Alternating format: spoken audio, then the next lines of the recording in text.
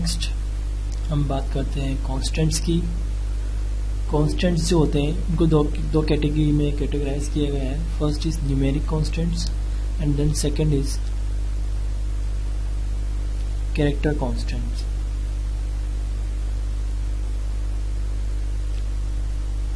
Numeric constant जो होते हैं वो दो तरह के होते हैं, इंटीजर और real integer constant and real constants. Character constants जो होते हैं वो भी दो कैटेगरी में डिवाइड किए गए हैं, एक तो सिंगल कैरेक्टर कांस्टेंट और string character constant. Single character constant के अंदर नंबर ऑफ कैरेक्टर्स सिंगल होता है, जबकि स्ट्रिंग कैरेक्टर कांस्टेंट के अंदर नंबर ऑफ कैरेक्टर्स जो है मोर देन 1 होता है। तो इसके बारे में हम आगे बात करते हैं। तो सबसे पहले हम बात करते हैं इंटीजर कांस्टेंट्स की। 1 2 3 -2 3 2 1 -3 2 1 0, ये सभी क्या है, डेसिमल इंटीजर टाइप के कांस्टेंट्स हैं। इस तरह से जिनके स्टार्टिंग 0 से होती है वो ऑक्टल इंटीजर्स कहलाते हैं। दूसरा होते हैं हेक्साडेसिमल नंबर्स जो होता है वो हमेशा स्टार्ट होते हैं OX से। ये भी OX से स्टार्ट हो रहा है, ये भी OX से स्टार्ट हो रहा है और ये भी OX से स्टार्ट हो रहा है। सबसे बड़ी इंटीजर वैल्यू जो कि स्टोर की जा सकती है वो मशीन डिपेंडेंट होती है। जैसे 16 बिट मशीन के लिए जो सबसे बड़ी वैल्यू होती है जो कि स्टोर की जा सकती है इंटीजर वैल्यू, वो होती है 32767, जबकि 32 बिट मशीन के लिए जो वैल्यू होती है वो ये होती है। लार्ज इंटीजर्स को मशीन पर स्टोर करने के लिए हम क्वालिफायर्स का उपयोग करते हैं। U, L एंड UL ये सब क्वालिफायर्स हैं, जैसे कि यहाँ पे दिया गया है 5 6 7 8 9 U। तो हम इस कांस्टेंट को अनसाइंड इंटीजर की फॉर्म में सेव करना चाह रहे हैं, तो हम उसके पीछे U लिखते हैं जो कि एक क्वालिफायर है। इस तरह से अनसाइंड लॉन्ग इंटीजर की फॉर्म में उसको अगर हम सेव करना चाह रहे हो तो उसके पीछे UL लिख सकते हैं। इस तरह से उसको लॉन्ग इंटीजर की फॉर्म में सेव करना चाह रहे हो तो हम L लिख सकते हैं उसके पीछे। अनसाइंड और लॉन्ग इंटीजर्स का कंसेप्ट जो है हम आगे पढ़ेंगे कि क्या होते हैं, किस तरह से इनका यूज किया जाता है। नेक्स्ट है रियल इंटीजर्स, जो कि मैथमेटिक्स में भी यूज होते हैं। पॉइंट्स की फॉर्म में हो सकते हैं, नेगेटिव हो सकते हैं और पॉजिटिव हो सकते हैं। It is also expressed in floating point form. तो इसको हम फ्लोटिंग पॉइंट फॉर्म जो कि एक मैंटिसा ई एक्सपोनेंट की फॉर्म होती है उस फॉर्म में भी हम इनको एक्सप्रेस कर सकते हैं या प्रेजेंट कर सकते हैं। जैसे कि यहाँ पे 0.65 E4, तो 0.65 multiplied by 10 raised to power 4, इसको हम इस तरह से पढ़ेंगे। यहाँ पे E-2 जो लिखा हुआ है ये 10 रेज़्ड टू पावर -2 है। इस तरह से E+2 लिखा हुआ है तो 10 रेज़्ड टू पावर 2 है, और E- लिखा हुआ है तो 10 रेज़्ड टू पावर -1 है। यहाँ पर कुछ एग्जांपल्स दे रखे गए हैं वैलिड कांस्टेंट्स की, जैसे कि ये जो दे रखा है एग्जांपल, ये एक वैलिड कांस्टेंट है क्योंकि इसके पीछे L लिखा हुआ आ रहा है, लॉन्ग इंटीजर को रिप्रेजेंट करता है। यहाँ पे 25,000 लिखा हुआ है, तो यहाँ पे ये जो कॉमा लगा हुआ है ये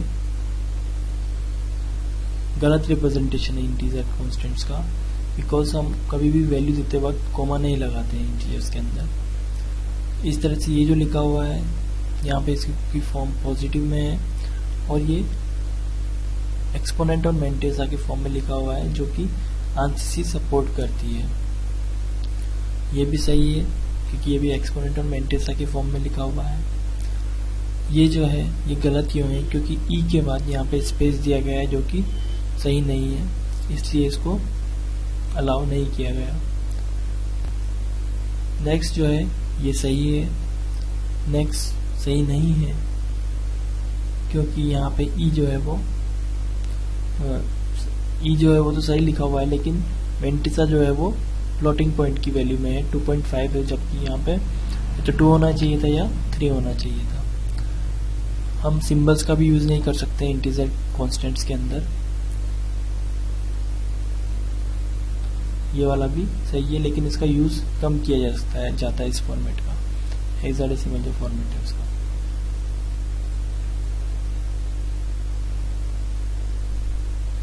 नेक्स्ट हम देखेंगे single character constants.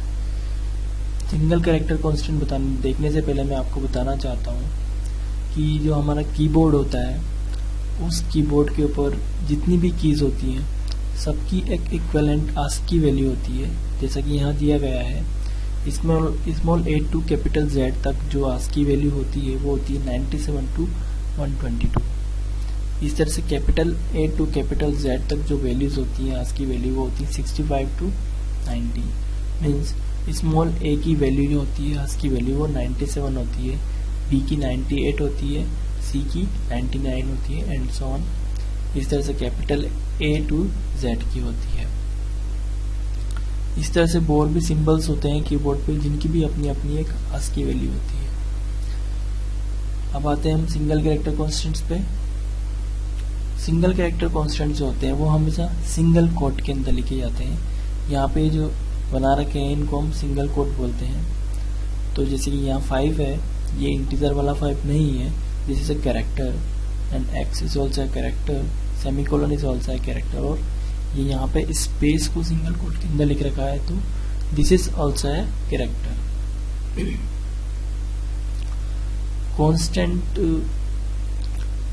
5 is not same as value 5, both are different, it is in character and this is integer।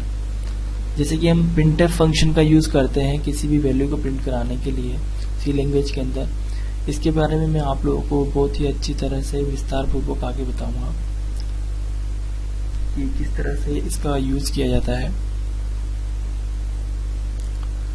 यहाँ पे कैरेक्टर ए लिखा हुआ है, तो इसकी जो आस्की वैल्यू है वो प्रिंट हो गई, और अगर हम यहाँ %d की जगह c लिखते हैं और यहाँ पे 97 लिखते हैं तो इस आस्की वैल्यू के इक्विवेलेंट जो कैरेक्टर होता है वो शो होता है। नेक्स्ट बात करते हैं हम स्ट्रिंग कॉन्स्टेंट्स की।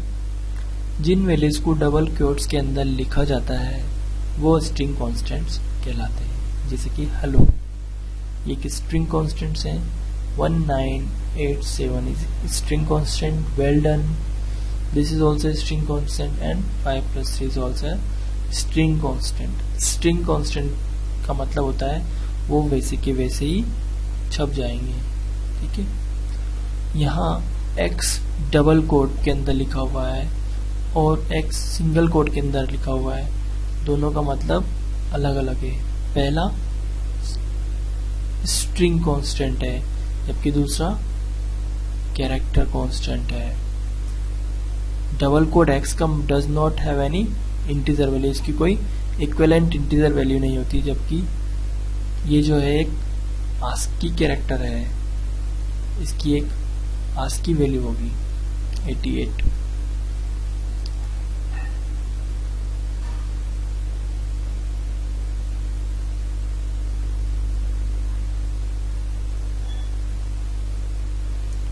असाइनमेंट ऑफ वेरिएबल्स, किसी वेरिएबल के अंदर वैल्यू डालना, उसको वैल्यू असाइन कहलाना।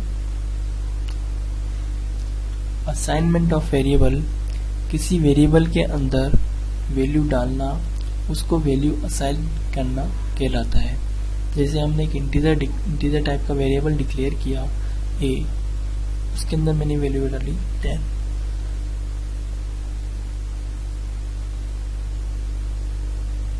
दूसरा वेरिएबल जो है वो भी यहाँ पे a ही है, लेकिन यहाँ पे मैंने at the time of declaration ही मैंने उसको इनिशियलाइज करा दिया 10 वैल्यू से, लेकिन यहाँ पे इनिशियलाइजेशन के बाद मैंने डिक्लेरेशन के बाद मैंने इनिशियलाइजेशन कराया है।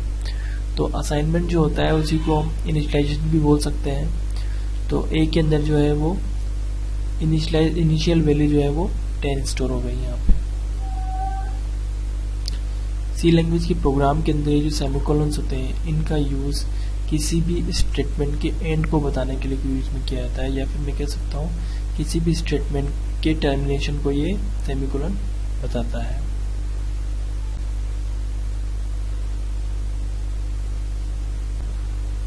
नेक्स्ट हम और एग्जांपल देख लेते हैं इन सभी के। जैसे कि यहाँ पे इंटीजर टाइप का एक एग्जांपल दे रखा है a 12.5 12.5 जो है वो फ्लोटिंग टाइप की वैल्यू है, तो जबकि a जो है वो एक इंटीजर टाइप का वेरिएबल है, तो ये जो है पॉइंट के बाद वाली जो भी वैल्यूज होती है उनको डिसकार्ड कर देगा और सिर्फ 12 देगा। Character yes equal to single quote y, तो ये वैलिड माना जाएगा और कैरेक्टर टाइप का एक वेरिएबल बनेगा जिसको 1 बाइट मेमोरी साइज एलोकेटेड की जाएगी और उस साइज के अंदर, उस बाइट के अंदर y स्टोर हो जाएगा। डबल बैलेंस 75.84 ये उसकी बैलेंस की वैल्यू है। फ्लोट x इक्वल टू 1.3456789410 ये वैल्यू जो है फ्लोट के अंदर पूरी इसी तरह से स्टोर नहीं होगी, क्योंकि फ्लोट के अंदर जो प्रिसीजन होता है पॉइंट के बाद वो केवल 6 डिजिट्स तक जाता है।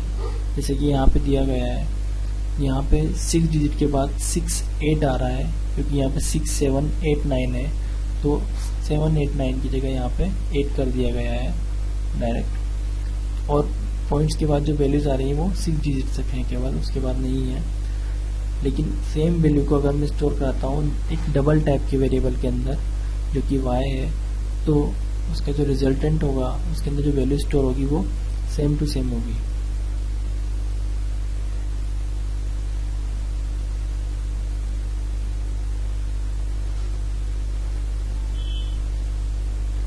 हमारे अधिक से अधिक वीडियो देखने के लिए आप हमारे चैनल को सब्सक्राइब कर सकते हैं तथा साथ ही साथ हमारी वेबसाइट पर भी आप विजिट कर सकते हैं। धन्यवाद।